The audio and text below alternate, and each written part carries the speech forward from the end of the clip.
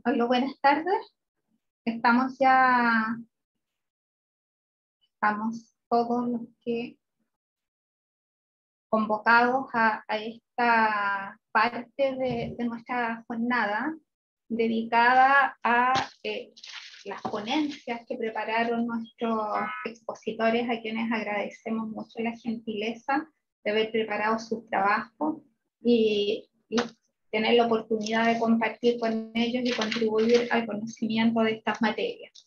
En primer lugar, nuestra primera ponencia la va a presentar don Hugo Osorio Morales.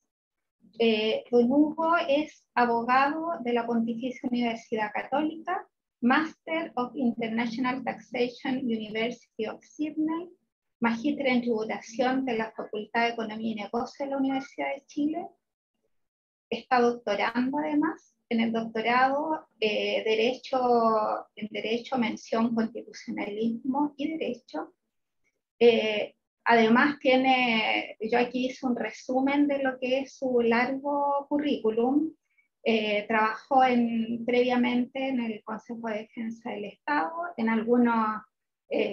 tuvo algunos cargos en el Servicio de Impuestos Internos y desde el 2011 hasta la actualidad es juez del Tribunal Tributario y Aduanero de la región de Los Ríos. Dejo con ustedes a don Hugo, quien nos va a exponer su ponencia denominada Crisis de Ley, Reserva Legal y Capacidad Contributiva, una invitación a la dogmática. Así que dejo con ustedes a Hugo. Hugo, siendo las 13:30, tenemos dispuesto 15 minutos para cada presentación, así que le entrego el micrófono. Muchas gracias. Muchas gracias, Jimena. Un gusto verte nuevamente después de tanto tiempo. Agradezco a la Instituto Chileno de Derecho Tributario, a la Pontificia Universidad Católica y Alma Mater. Estoy muy contento de participar acá. Creo que es una instancia muy interesante, especialmente considerando los tiempos que estamos viviendo, en que la reflexión sobre derecho tributario, principios constitucionales, parece ser una reflexión urgente. Voy a compartir la presentación que me pidieron que hiciera en este formato. ¿Me confirmas, por favor, Jimena, si se ve? Sí, se ve. Perfecto. Este pequeño documento, breve documento, habla de la crisis de la ley, la reserva legal y la capacidad contributiva. La verdad es que los tributos, todos lo sabemos, no son fenómenos novedosos, acompañan a la civilización de sus orígenes, y siempre ha estado la intención de regularlo por el derecho, por normas jurídicas. La regulación actual nuestra normalmente reconoce como primero antecedente del siglo XIII a través del principio de legalidad, que parece ser fundamental, y en especial el principio de reserva tributaria. Muy sencillamente, los tributos los establece el legislador, la ley formal, el Parlamento, nosotros mismos. Nos autoimponemos los tributos. Y lo primero que uno se plantea cuando ve esta pequeña, breve introducción ¿es así hoy cómo funcionan los sistemas tributarios? Y pareciera que no. Las prácticas tributarias, al menos en Chile, y no solo en Chile, pero hablemos en Chile, no suelen comenzar con la ley.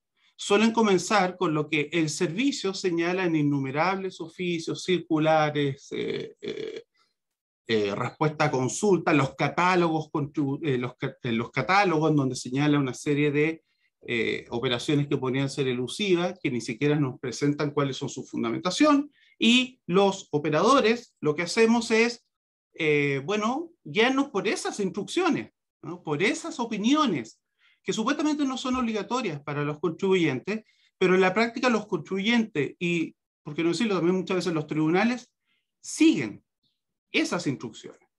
Entonces, pareciera que tenemos un problema, porque por un lado es la ley, de acuerdo al principio de reserva legal, la que establece los tributos, y por otro lado, en las prácticas, no es la ley, es el servicio a través de sus instrucciones. Tenemos una crisis de la legalidad o la reserva tributaria. Entonces, esta central relevancia que debiera o que supuestamente tiene la ley formal, parlamentaria, pareciera que no es tal en la práctica cómo opera el sistema tributario. Y esto es un problema. Podríamos decir, y para no ahondar más en esto, y retomando o parafraseando las palabras que señala Laporta en relación a otra discusión, que la ley se retira y la administración tributaria avanza al proscenio. Así es como pareciera estar funcionando nuestro sistema tributario en la actualidad. ¿Qué es lo que voy a proponer? Voy a proponer un breve examen de la reserva y su vigencia, atendido especialmente el problema de la crisis de la ley, y evaluar una de las propuestas que suelen presentarse en este aspecto, que es darle mayor relevancia a la capacidad contributiva. Mi propuesta al respecto es que esta idea de darle especial relevancia a la capacidad contributiva presenta riesgos y costos que probablemente no hemos considerado adecuadamente. Entonces, legalidad y reserva. A legalidad y reserva podríamos decir la legalidad en general, es un principio, ¿no?, que todos los órganos del Estado se sometan a la ley, ¿no?, a la ley y no a la ley de los hombres y mujeres, sino a la ley parlamentaria. Y la reserva tributaria en ese contexto es esta idea de que los tributos solo sean establecidos por el legislador. ¿Cuáles son las razones por las cuales se fundamenta este principio? Se suele mencionar en los fundamentos clásicos, en primer lugar, limitar el poder del rey, ¿no? Así nació la legalidad y la reserva. No queremos que el rey, el monarca, aplique impuestos sin nuestro acuerdo, sin que nosotros mismos nos lo fijemos. Pero además de esta limitación de ley, este es el segundo elemento. Queremos autoimposición. Somos nosotros mismos, a través de nuestros representantes políticos, los que deben establecer los tributos. Pero sucede que esta idea clásica empieza a verse sobrepasada. En primer lugar, podríamos decir, en términos poco llamativos, Locke se ve sobrepasado. Locke nos dice, mire, la propiedad yo no la tengo, no es realmente propiedad si me pueden privar de ella sin una ley, yo mismo no lo acepto. Pero Locke dice mucho más. Dice, y yo lo voy a aceptar en la medida en que eso me beneficie a mí, ¿no? Y esa idea de un tributo reducido, que se justifica por los beneficios que yo obtengo de ser parte de la sociedad, parece estar sobrepasada, porque los tributos ya no parecen tener esa pura función. Además, podríamos decir que Montesquieu está desbordado. Montesquieu, en esta idea de separación de poderes que nos resulta tan cara a los tributaristas, asumía que existía un parlamento con legitimidad democrática y un poder estatal, un monarca, que no tenía esa legitimidad y que había que restringir. Pero además que los tribunales, esos representantes de los grupos privilegiados, también habían que limitarlo. Y esa es la estructura básica, ¿no?, de nuestra idea liberal de legalidad. Pero no es así. Hoy los gobernantes son elegidos, ¿no?, y hoy los tribunales suelen entenderse de una función muy superior a esa voz que habla el derecho, ¿no?, esa voz inánime que simplemente reproduce la ley, en los términos que se suele citar a Montesquieu. Por si esto no fuera poco, se suma a esta crisis los estados de bienestar. Resulta que esos estados pequeños, mínimos, que aseguran la paz social, la protección del derecho a propiedad y nada más, ¿no?, hoy ya no parece ser el estado que las sociedades contemporáneas entienden que debe existir. Hoy se entiende que existe un estado de bienestar que debe prestar una importante cantidad de bienes y servicios públicos que requieren un enorme financiamiento público. Entonces, ¿por qué tenemos la legalidad si esas razones que teníamos ya no son suficientes? Y las razones que se suelen dar actualmente es que, mire, la ley es importante, sí, también para restringir el poder del rey, sí, también para autoimposición, pero sobre todo, o al menos además, porque si es la ley la que fija los tributos, podemos pensar que, porque es ley, se va a establecer en un ámbito de debate con las mejores características epistémicas posibles, donde se logren los mejores resultados posibles, con el mejor asesoramiento. Y además, legitimidad. Si vamos a establecer tributos, esperamos que lo haga un órgano que representa todos los intereses de la sociedad y que esos intereses sean de alguna forma compatibilizados. Y esos dos clásicos y estos dos modernos serían los que sostienen el principio de legalidad. Pero eso, hoy, resulta sumamente difícil de sostener. Existe, escuchabas una presentación pasada, una ponencia, una tremenda crítica a los políticos. Los políticos quieren esto, los políticos quieren esto otro. Existe una enorme desconfianza hacia los políticos que son los que están en el Parlamento. Y no es solo eso.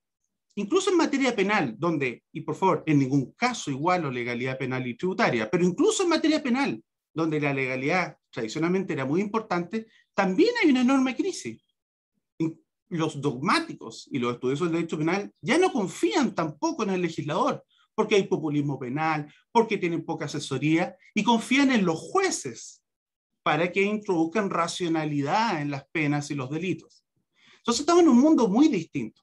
Ahora, independiente de esta crítica a los políticos, que me parece que es una crítica que se autoinfiere un daño, porque son los políticos los que hacen las leyes, ¿no?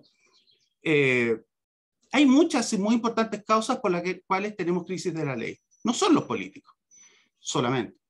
Tenemos sociedades mucho más complejas, ágiles, dinámicas de las que se podría pensar hace 200 años. Se ha abandonado la idea del juez autómata, ¿no? Que simplemente dice la ley sin interpretarla. Es difícil hoy sostener eso. Se ha tendido a reemplazar con esta idea del juez activista, que se siente vinculado a la ley solo cuando estima que la ley es justa, ¿no? Esta idea del juez activista. Y yo creo que principalmente en materia tributaria esto es muy importante, lo que García Enterría llamaba la motorización legislativa. Se dictan muchísimas leyes, demasiadas leyes, ¿no? Y en el caso nuestro, complementada por un cuerpo enorme de instrucciones del servicio que en la práctica es donde vamos a nosotros buscar que tribute y que no tributa. Entonces, tenemos una crisis de la reserva, una crisis de esta aspiración de que sean legisladores que establezcan los tributos. Y aquí hago un par de referencias de autores, Mazzone, habla de la declinación, y un autor español, la insoportable levedad e ingravidez de la reserva. Y la pregunta que se hacen los dogmáticos es, bueno, ¿y quién va a defender ahora, en este contexto, los principios del Estado liberal de derecho? Y aquí ha surgido una idea que parece seductora, la capacidad contributiva.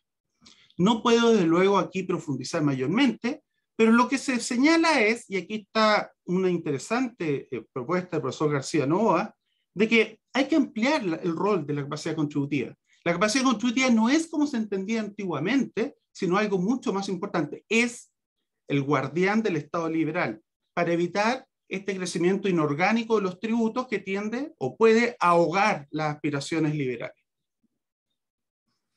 Entonces, lo que dice, de alguna manera, ha muerto el rey, ha muerto la reserva. Viva el rey, viva la capacidad contributiva. ¿Y por qué la capacidad contributiva tendría tanta importancia? García Novoa, desde luego, no identifica la capacidad legal y tributaria, tiene muy claro que son cosas distintas, pero sin embargo, busca analogía. Ambas serían partes del derecho de injerencia. Y como son parte del derecho de injerencia, la capacidad la legalidad fortalecida, habría que fortalecerla de alguna forma a través de la capacidad contributiva. Y a esto, en mi discusión, y muy brevemente, yo planteo algunos problemas. Primer problema, y muy brevemente. Esto es ingenuo, ¿no? En materia penal, puede que también sea ingenuo, pero al menos quizás es posible, porque todos los delitos pasan por un juez. En materia tributaria, no todos los tributos pasan por un juez. El tributo es un sistema masivo. Todos somos contribuyentes, no todos somos delincuentes. Hay otro problema de ingenuidad, creo acá. Existe esta idea de fortalecer los principios constitucionales, una cierta adhesión a las ideas post-positivistas. neoconstitucionalistas, que ven en la multiplicación principalista de ciertas ideas, capacidad contributiva, derecho a propiedad, una manera de controlar al poder político a través de jueces activistas. ¿Es posible que esos jueces participen de esa forma obviando en la legalidad?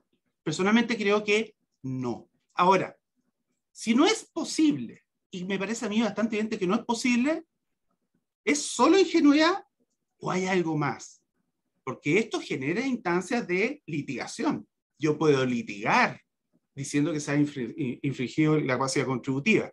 Y es posible que gane un caso, pero un caso.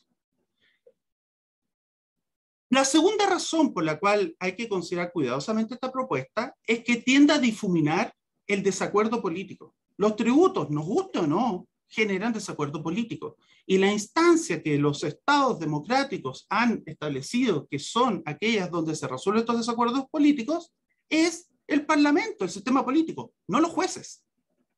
¿No? Me parece aquí que esta idea de generar la capacidad constitutiva como guardián del Estado liberal, lo que hace es reducir o intentar reducir el desacuerdo político, pero más importante de todo, la responsabilidad política. Y en tercer lugar, yo diría que quizás la más importante, el pospositivismo en sus versiones principalistas, neoconstitucionalistas, tiene un problema, la inflación de los principios. Y la inflación de los principios no solo porque se multiplican los principios, sino también se multiplica la forma en que se aplican. Ya no se trata, bajo estas lecturas, que el Tribunal Constitucional o que tenga el control constitucional concentrado diga si algo es constitucional o no. Se trata además que los jueces de primera instancia aplican directamente la Constitución. Y si hacemos eso, se genera un grave problema de disolución del sistema tributario. Y desarrollo dos casos que aquí no puedo desarrollar. Termino, porque sé, antes que doña Jimena me rete, que me quedan 30 segundos. Cuando los dogmáticos tendemos a decir, dado que la reserva está en crisis, debemos buscar otro principio, creo que lo que están haciendo es, como dicen los anglosajones, pero lo dicen de otra forma, lanzando la guagua con el agua sucia. Porque vemos un problema en la reserva, en vez de reparar la reserva, preocuparnos por fortalecerla y hacerla acorde a la realidad actual, estamos dispuestos a irnos a otro principio, cuando es la legalidad el principio fundamental. Y en eso sí coincidimos todos de los sistemas tributarios. Lo que se necesita no es restarle valor a la reserva y a la legalidad. Lo que se necesita es enriquecerla para que sea capaz de enfrentar los problemas actuales, entre otros, la elusión tributaria. Muchas gracias. Muchas gracias, Hugo. Excelente presentación. Gracias por la contribución con esta ponencia a nuestra actividad. A continuación, presentamos a don Jorge González Varas. Él es abogado, doctor de la Universidad del País Vasco. Es director de la carrera de Derecho en la Universidad Aconcagua, Campus Machalí. Es docente de Ética y Derecho Civil y consejero del Colegio de Abogados de la región de O'Higgins. Don Jorge González nos va a exponer sobre libre concurrencia para ante los tribunales tributarios y aduaneros en la calificación de esquemas tributarios. Lo dejo, don Jorge, con el micrófono. Doña Jimena, muchas gracias, buenas tardes. Le agradezco a usted como cara visible también de la organización y, por supuesto, a la Facultad de Derecho de la Pontificia Universidad Católica de Chile y al Instituto Chileno de Derecho Tributario por la posibilidad de proponer más que algo más sistémico o acabado. Y parodiando o parafraseando un poco a alguien que ya ha intervenido, quisiera tener presente, a ver, algo me pasa con el compartir, no, ¿ahí se ve? ¿Sí? Sí, se ve. Ya. Muchas gracias, doña Jimena. Alguien ya señaló que efectivamente el Estado de Derecho es un Estado o una institución, una creación humana que subsume valores, que tiene un contenido que puede variar en términos más específicos dentro de cada sociedad, pero en términos generales estos recogen planteamientos con cierto universalismo, o al menos alguna aspiración de universalismo. En ese contexto es que he planteado que, o quisiera proponer que los diferentes sistemas tributarios requieren cumplir con algunos requisitos, y hay uno que lo vinculo con la simplicidad, que es precisamente la certeza jurídica y la seguridad jurídica. Esta simplicidad precisamente permitiría al contribuyente y a los ciudadanos en general el tener algún grado de certeza, de seguridad sobre sus comportamientos tributarios eventuales o efectivos. Para ello, una parte relevante, a propósito de lo que decía don Hugo en la parte anterior, que mencionó la elusión y el intento de estrechar las brechas que produce la elusión tributaria. Para ello, tenemos en el caso nacional una estructura bien especial, toda vez que hay un carácter preventivo por el ente fiscalizador en que analiza ciertos esquemas tributarios, pero concordando también con don Hugo, no da mayores razones, y tanto es así que cada vez que define un esquema de organización económica como eventualmente tributario, lo hace acompañado de una frase bien interesante, que es, comillas, cito, podría evaluar el servicio la aplicación de la norma general antielusiva basado en que el esquema buscaría preeminentemente beneficios fiscales, reduciendo la carga tributaria. Y efectivamente, con esa frase que coloca prácticamente todos los esquemas que analiza, da por el suelo con esta necesidad de simplicidad primero y segundo de seguridad jurídica, tanto para el contribuyente como para aquellos ciudadanos que pudieran no serlo de manera directa, pero sí indirectamente. Y desde esa perspectiva, esta calificación administrativa previa coloca en una determinada sede estos casos, y por si fuera poco, en el propio Código Tributario, cuando se establece el sistema de la norma general antielusiva y se establece que en el 160 bis del Código Tributario, no obstante la posibilidad que tiene el director del servicio de recurrir a los tribunales tributarios y aduaneros para que se califique si en el caso particular ha habido abuso de formas jurídicas o de simulación, se agrega que, no obstante lo anterior, podría de todas maneras el ente fiscalizador aplicar las otras herramientas de fiscalización que propone, lo que en el decir de un colaborador en la universidad, que es el juez tributario de acá de Rancagua, don Gonzalo Trabuco, coloca una suerte de cortapisa a la operativización de este mecanismo, es decir, solo si el Servicio de Impuestos Internos lo estima, vamos al Tribunal Tributario y Aduanero. Claro, tiene que respetar la buena fe y el principio de buena fe, pero efectivamente no es, desde acuerdo a lo que estoy proponiendo, aquello que pudiera resultar ideal en mi modestísimo parecer.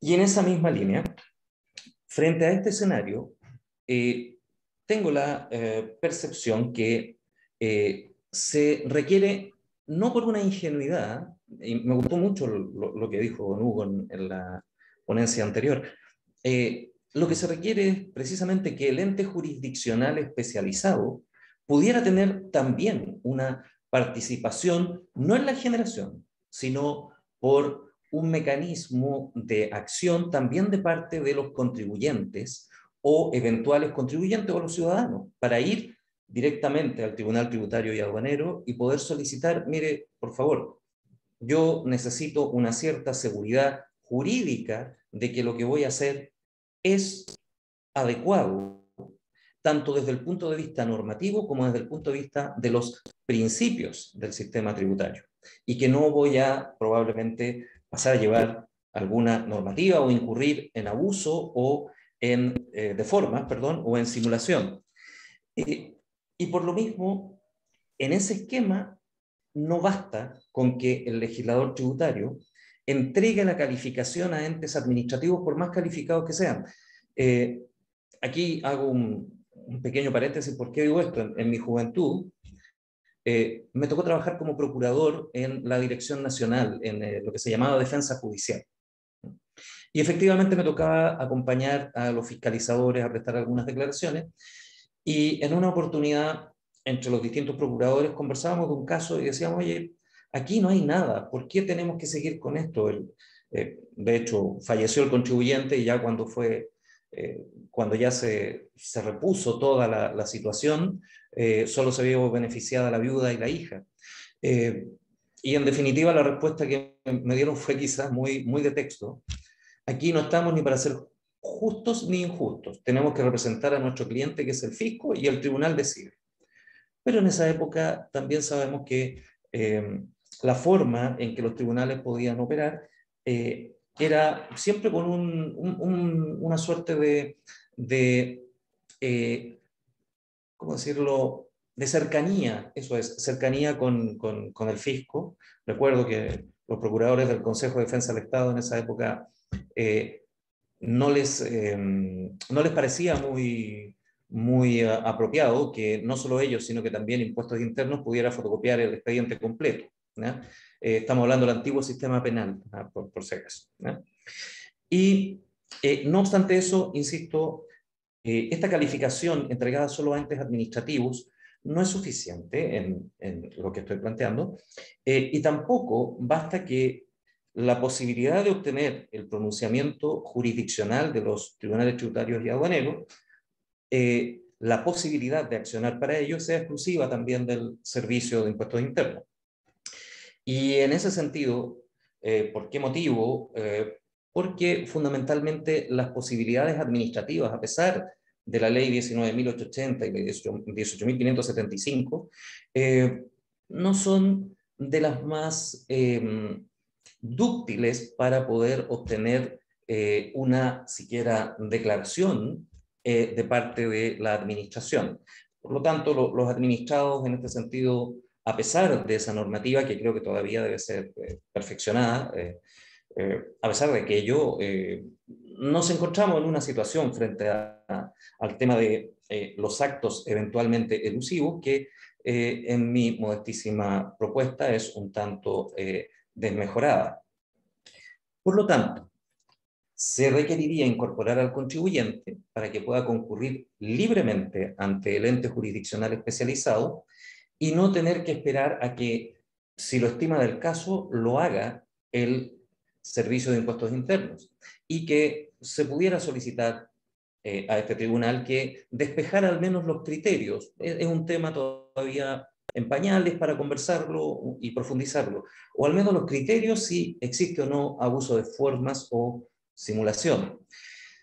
Ahora, esta calificación viene dada por lo siguiente. Según Schiaga, Ganuzas, Wroblewski y el mismo Ricardo Guastini, todo sujeto que está enfrentado en esta dinámica a una resolución lo va a hacer respecto de una decisión jurídica final que dispone sobre un caso concreto y establece las consecuencias jurídicas de aquello. Pero para llegar a esa decisión, desarrolla también un conjunto de decisiones previas que constituyen su modelo teórico de toma de decisiones. Y ese modelo teórico que tiene cada sujeto que resuelve para la toma de decisiones tiene contenidos axiológicos en que le puede parecer en tal sentido al resolutor adecuado, cuando es el ente administrativo el que califica, por ejemplo, los eventuales actos constitutivos de elusión, puede tener la tendencia a considerar que determinadas acciones, sin carga valorativa, sino determinadas acciones por su estructura valórica, axiológica y de experiencia, que el eventual comportamiento de ese contribuyente pueda ser realizado en perjuicio de la administración. Y desde esa perspectiva pierde un poco el tema de la especialidad cuando es el ente administrativo el que toma ese tipo de decisiones. Y para ir finalizando, esta norma general antielusiva y la manera en que está estructurada en el planteamiento de este expositor requiere o requeriría de un órgano jurisdiccional que la aplique y convirtiéndola en algo jurídicamente operativo, pero sin que aquello dependa de la sola voluntad del accionar del ente fiscalizador, que es lo que ocurre hoy en día.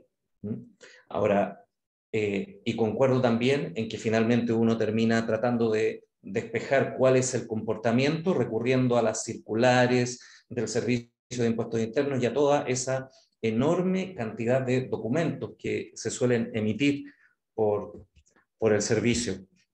Ahora bien, esto que planteo tiene como fundamento que, ya lo he señalado, el órgano jurisdiccional, tanto en sus decisiones previas como en su decisión final, tiene que aplicar ciertos criterios valorativos que corresponden a este modelo teórico jurídico y que considera axiológicamente válido cada sociedad.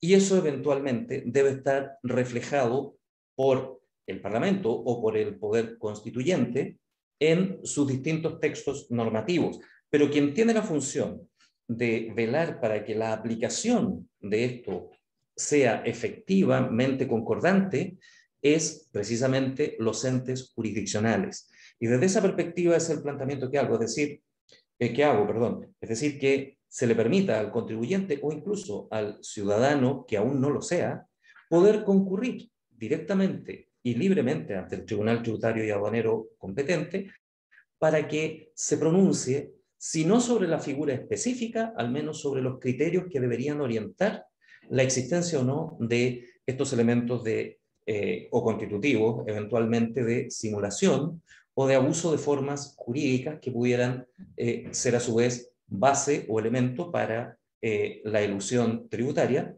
toda vez que de otra manera existe una verdadera incertidumbre sobre la forma de organizar el modelo económico de negocios por los diferentes contribuyentes. Al menos es lo que me ha correspondido conocer en algunos casos en la región. Esta es la región de O'Higgins, perdón, desde acá estoy conectado. Y doy solamente estos dos ejemplos para cerrar. Uno fue el caso de una consulta que se efectuó sobre la incorporación en un registro y la respuesta de impuestos internos tardó un año. Y la respuesta que dieron fue, tomaron la pregunta que se hizo, colocaron el artículo y sería, pero no hubo explicación, no hubo más. Y por otro lado, también otro hecho interesante en ese sentido, una situación en que un contribuyente tenía un determinado esquema que había sido aprobado por los fiscalizadores a lo largo de toda la existencia de la sociedad de que él formaba parte, y en un año específico, 2019, no se lo aceptaron. Y tuvo que reestructurar todo su esquema de negocios y además pagar las multas que le cursaron en ese minuto. Por lo tanto, hay cambios que muchas veces no obedecen a principios como tales, sino más bien a una suerte de prejuicios por criterios valorativos que escapan de lo estrictamente jurídico. Bien. Creo que me quedan como 50 segundos. Voy terminando, agradeciendo que hayan tenido la paciencia de escucharme y al menos desde la región de O'Higgins les agradecemos la oportunidad de haber participado en estas jornadas. Muchas gracias. Muchas gracias a ti, Jorge. Muy buena exposición. Y a continuación presentamos a don Luis Álvarez García de la Huerta. Él es abogado de la Pontificia Universidad Católica. No sé si ahí me congelé, parece un minutito. Repito que presentamos a nuestro siguiente ponente, don Luis Álvarez García de la Huerta, abogado de la Pontificia Universidad Católica, candidato magíster en el Magíster de Derecho Tributario de la Universidad de Chile, consultor tributario senior de Deloitte. Luis nos va a exponer sobre dificultades derivadas de la remisión al artículo 94 de la Ley de Sociedades Anónimas en el tratamiento de la división. Ahí no sé por qué no veo a Luis y veo aún a Jorge González y su presentación. Ah, no, ahí está la presentación, ¿sí? De al que no veía era Luis. Ahí está, Luis. Muchas gracias, Jimena. Okay. Agradezco a... Perdón, ¿sí? Como recordatorio, porque estamos bastante pasados los minutos, que tu exposición está partiendo 14:04, entonces terminaríamos a las 14:19. Perfecto, sí, ningún problema. Ya, bueno, muchas gracias a todos, al Instituto Chileno de Derecho Tributario, también a la Pontificia Universidad Católica. En este caso, bueno, quiero abordar un tema que va ligado con la legalidad que comentaba don Hugo. Es más específico, eso sí, se trata sobre la división de sociedades y las dificultades que puede aparejar a mi juicio, pueden haber otras también, el tratamiento que se da a las mismas en materia tributaria. Bueno, en ese sentido, como primera aproximación, planteaba ciertas consideraciones previas antes de dar estas dificultades. Una primera cosa que es muy importante es que el desarrollo legal de lo que es la división de sociedades está tratado en el artículo 94 y siguientes de la Ley de Sociedades Anónimas y su reglamento. En ese sentido, en materia tributaria no existe una definición de división, pero eso no quiere decir que la división sea algo indiferente para el derecho tributario. Acá, adentrando más al tema en concreto, sucede que la división es importante para el derecho tributario, principalmente por su aptitud de neutralidad fiscal. Esto quiere decir que en operaciones divisivas el servicio no se reconoce una ganancia o pérdida y el servicio se ve inhibido de ejercer su facultad de tasación. Facultad que está principalmente planteada en el artículo 64 del Código Tributario, como acá pueden ver. Y en lo que se refiere a la inhibición de tasar, el artículo 4 del artículo 64 el que establece que en operaciones de división y también de fusión, siempre que se mantenga registrado el valor tributario de los aportes y activos de la operación, esa operación no es susceptible de tasación y por lo tanto se le da un tratamiento neutro. Dicho eso, quiero referirme un poco al concepto de división para fines tributarios y la técnica legislativa que se ocupa, para luego pasar con las dificultades. Bueno, como le adelantaba, en un primer término, algo que es muy importante es que hay una ausencia de definición tributaria de división. Esto produce que en base al artículo 2 del Código Tributario, existiendo una laguna normativa, el servicio recurre a la definición de división del artículo 94 de la Ley de Sociedades Anónimas. Esto está en la circular 45 del 2001. Y así como podemos ver esta definición que acá está copiada, bueno, a grandes rasgos se refiere a la división de una sociedad anónima en que se distribuye una parte del patrimonio entre sí, es decir, en la sociedad anónima escindida o dividida, y una más sociedades anónimas que se constituyen al efecto, correspondiéndole a los socios accionistas de la sociedad dividida la misma proporción en el capital de cada una de las nuevas sociedades que aquella poseían en la sociedad que se divide.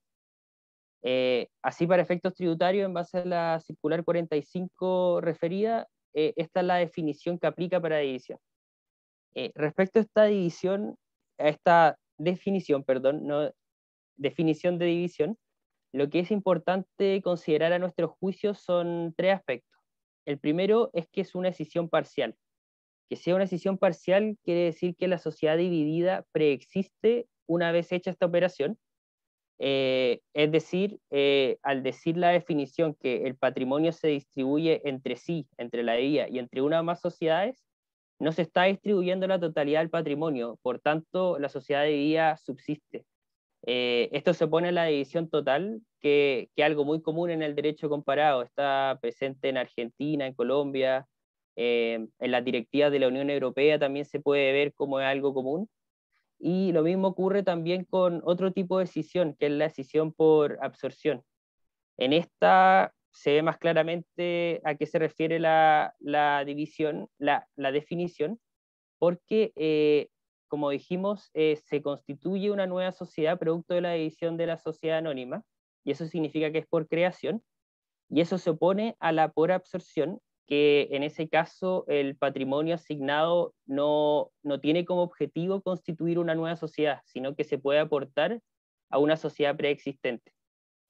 Esos son dos aspectos importantes de lo que es la división en Chile. Y un tercer aspecto de esta definición es que se refiere a la sociedad anónima. Bueno, por último, que también es importante para efectos de neutralidad, está el efecto declarativo de la división. Esto viene de un antiguo pronunciamiento de la SBS que fue reconocido por el servicio en la Circular 68 del año 1996, que establece que en la división no existe una enajenación, sino que existe una asignación de derechos preexistentes. Esto implica que haya sido a lo largo de la historia uno de los principales argumentos para considerar la división como una operación neutra, ya que no hay una enajenación. Dicho esto, vamos a pasar a las dificultades. Bueno, como les decía, está el uso de la analogía, que esa es una dificultad importante, y se ve sobre la sociedad de personas. Ahí salen unos pronunciamientos del servicio que, bueno, a lo largo de muchos años ha venido estableciendo que a la sociedad de personas le aplica también la definición de la ley de sociedades anónimas y pueden ser neutras. Esto, a nuestro juicio, plantea ciertas dificultades. En primer lugar, es que la analogía es discutida en el derecho, ya que no es una fuente de interpretación de la ley. Así, autores como el profesor Marcelo Mardone ha discutido esto. Otra dificultad es el artículo 6, letra A, número 1 del Código Tributario, que establece la facultad del director de interpretar las disposiciones tributarias. Acá habría un tema, ya que al aplicarse la definición de la ley de sociedades anónimas que aplica para la ley de sociedades anónimas a las sociedades de personas, se podría discutir que hay una aplicación analógica y por tanto no sería una interpretación, ya que como dijimos la analogía es una fuente de creación de derecho más que viene a suplir una laguna, más que una interpretación que determina el verdadero sentido y alcance.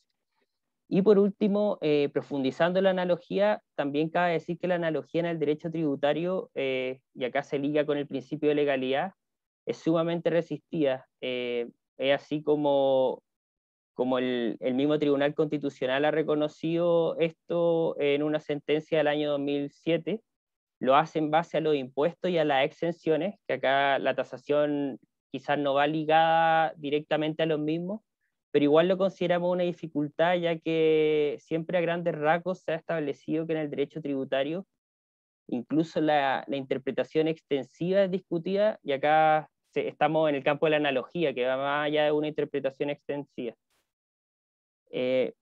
Pasando a la siguiente diapositiva, una segunda dificultad que vemos es el efecto declarativo de la división. Como les mencionábamos, la división tiene un efecto declarativo, que ese ha sido el principal argumento de neutralidad tributaria, que se fijó esto en la Circular 68 de 1996, tomando como base un antiguo oficio de la SBS del año 1996. Para ejemplificar un poco este efecto declarativo, creo que es muy interesante tomar un ejemplo en el caso de los inmuebles.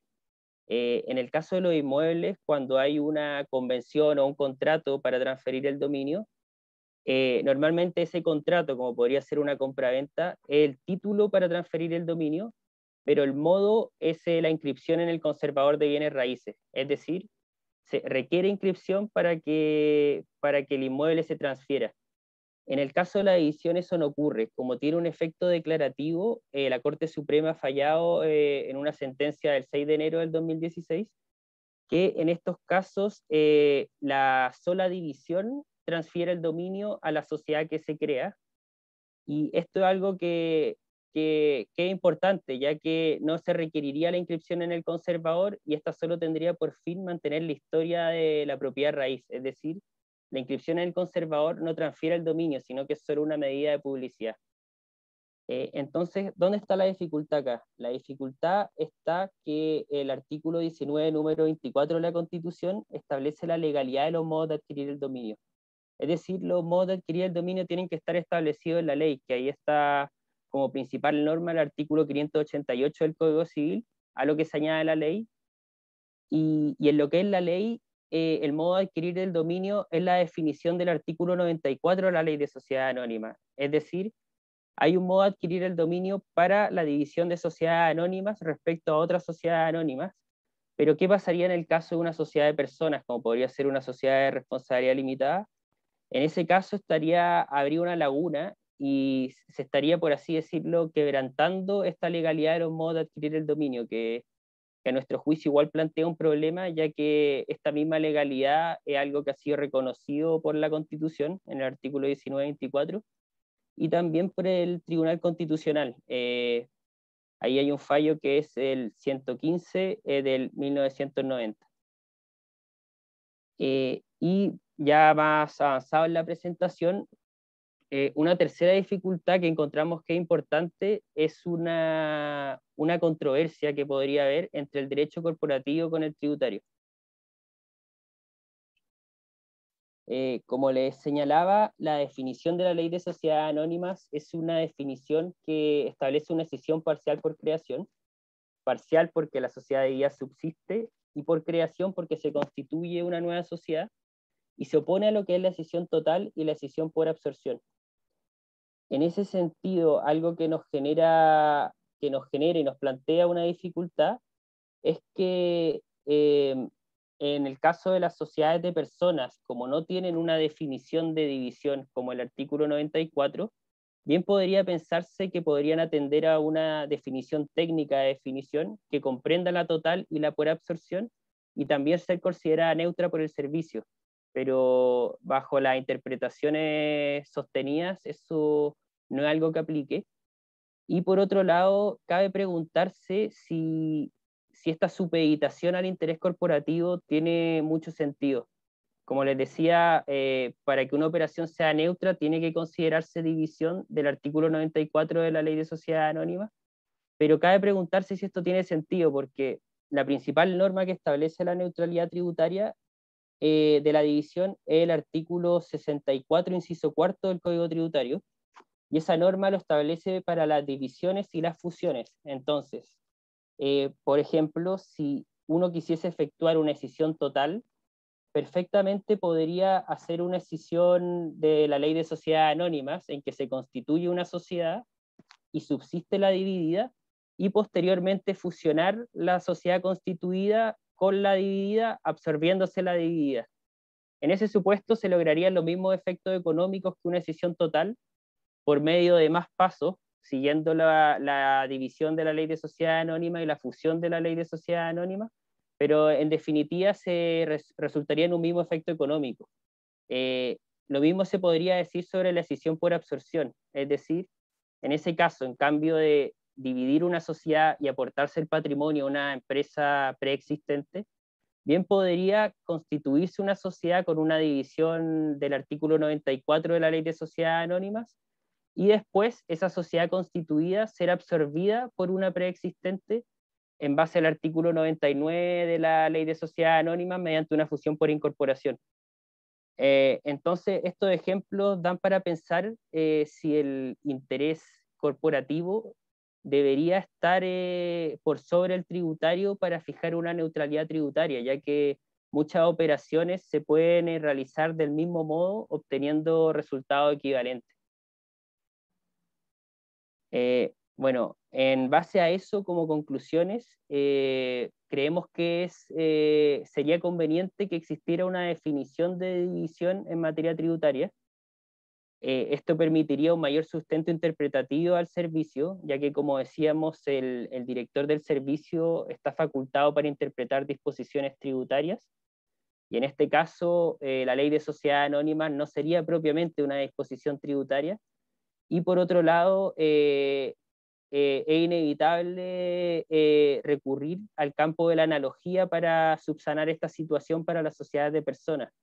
Entonces, y como dijimos, al escapar la analogía al campo de la interpretación, esto plantearía un problema. Y también, esto mismo que les decía, que la analogía no constituye un mecanismo de interpretación de la ley.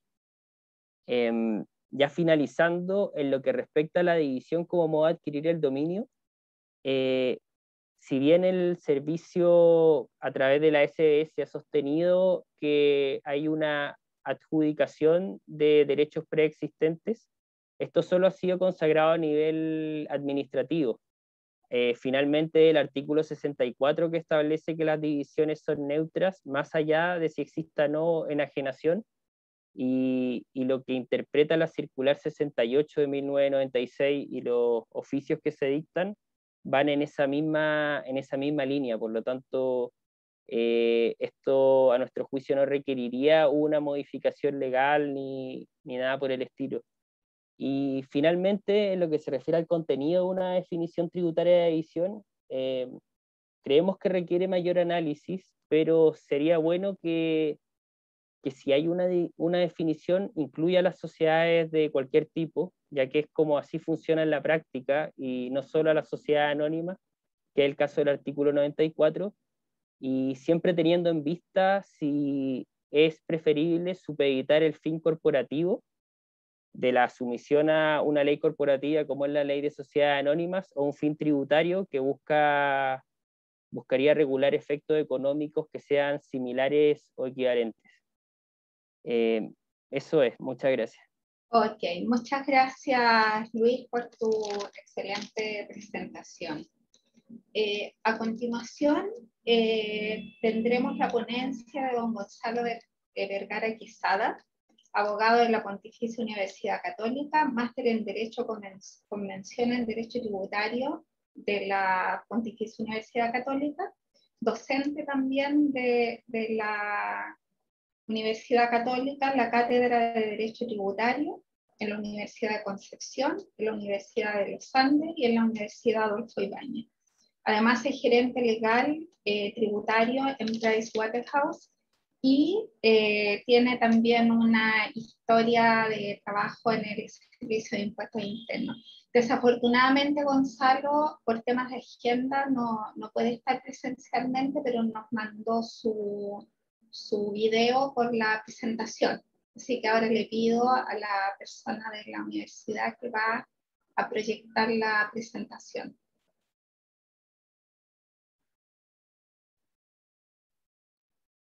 Primero quiero agradecer al Instituto Chileno de Derecho Tributario por esta oportunidad de hablar de un tema que es tan interesante. La autonomía del derecho tributario, como título, un problema vigente, nos plantea un problema que como se puede ver en esta interacción, ocurrió el año 2019, en el nivel más alto de la creación de las leyes nacionales, es efectivamente un problema vigente.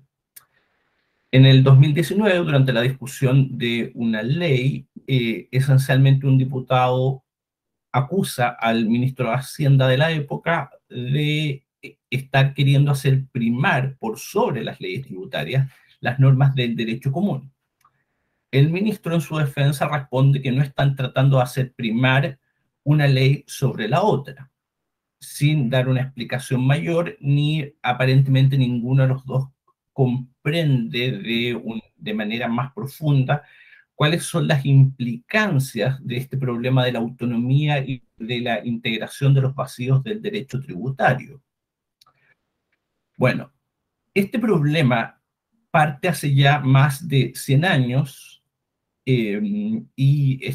todos consideramos que está prácticamente superado, pero como pudimos ver, no lo está. En esencia, se inicia en Europa Central, donde un autor, analizando el derecho del Imperio Austríaco tardío, que en esencia se trataba de una monarquía en la cual existía prácticamente un autócrata que gobernaba por derecho divino y el Parlamento tenía un carácter meramente asesor en la producción de las leyes. Y por eso y otros motivos se concluye que el derecho común no puede integrar el derecho tributario. Este problema se traslada luego a Alemania, donde en 1919 se establecen ciertas reglas particulares de sobreinterpretación de la ley y las que dan paso a una teoría relacionada con este llamado enfoque económico, en el cual se sostenía que las leyes tributarias tenían una especie de naturaleza especial, por lo que ellos debían tener una interpretación que era económica. Esta aproximación económica cayó en desgracia después de la Segunda Guerra Mundial, debido a que había sido una herramienta preferida por el gobierno nacional socialista para cometer una serie de abusos respecto de los contribuyentes. Por lo mismo, entre los años 40 y 50, esta teoría es completamente abandonada y desacreditada en Alemania, y actualmente la doctrina alemana considera que la ley tributaria se aplica respecto a elementos patrimoniales, es decir, económicos o patrimoniales, de las relaciones de las personas, y esas relaciones de las personas están reguladas por el derecho común. Por lo mismo, siempre consideran que cuando existen términos que tienen una definición en el derecho común, actualmente en Alemania esa es el sentido que se le da. Es decir, cayó toda esta teoría en desgracia completamente en el país que la originó. En Chile, en particular, tanto antes como después del Código Tributario, siempre la administración fiscal fue integrando los vacíos del derecho tributario con las normas del derecho común, lo cual tiene una utilidad evidente, como vamos a ver en esta presentación. En el caso de la autonomía existen casos en los cuales es completamente justificada. Por ejemplo, en el caso de la empresa individual o en el caso de los registros empresariales, debido a que estas instituciones no tienen algún referente en el derecho común. Por lo mismo, es apropiado que tengan un desarrollo completamente autónomo dentro de la ley tributaria. Ahora, el problema se produce justamente cuando existe algún vacío en la ley tributaria sin que exista normativa común a la cual recurrir.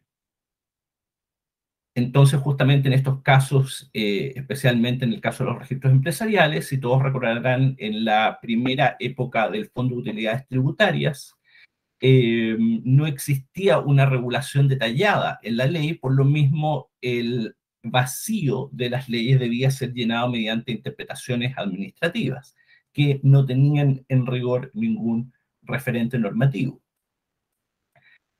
Existen casos también de autonomía injustificada. Esta autonomía injustificada normalmente producen concursos de normas que no se resuelven de manera satisfactoria. Por ejemplo, dos casos simplemente. En el artículo 27 de la Ley sobre Impuestos a las Ventas y Servicios se repitió lo que en rigor es la regla del derecho común respecto del momento en el cual una construcción pasa a ser propiedad de quien la encargó. Y justamente se habla de la aceptación de las obras, que sería el hecho que produce la transferencia del dominio. Y esencialmente, si analizamos la jurisprudencia administrativa que se había basado antes de eso en el derecho común, más o menos se llega a la misma solución. Ahora, si en ese primer caso la solución es la misma, tenemos un segundo caso donde la solución del derecho especial de esta solución autónoma es insatisfactoria, y por lo mismo la administración debe salir a utilizar el derecho común, que es en el caso del artículo 17, número 8 de la Ley sobre Impuesto a la Renta, que trata de resolver lo que en el derecho común se resuelve con el título y el modo. Y esencialmente esta norma establece que la adquisición y enajenación de los bienes que están comprendidos en ese número se entenderá que ha ocurrido desde el contrato, instrumento u operación.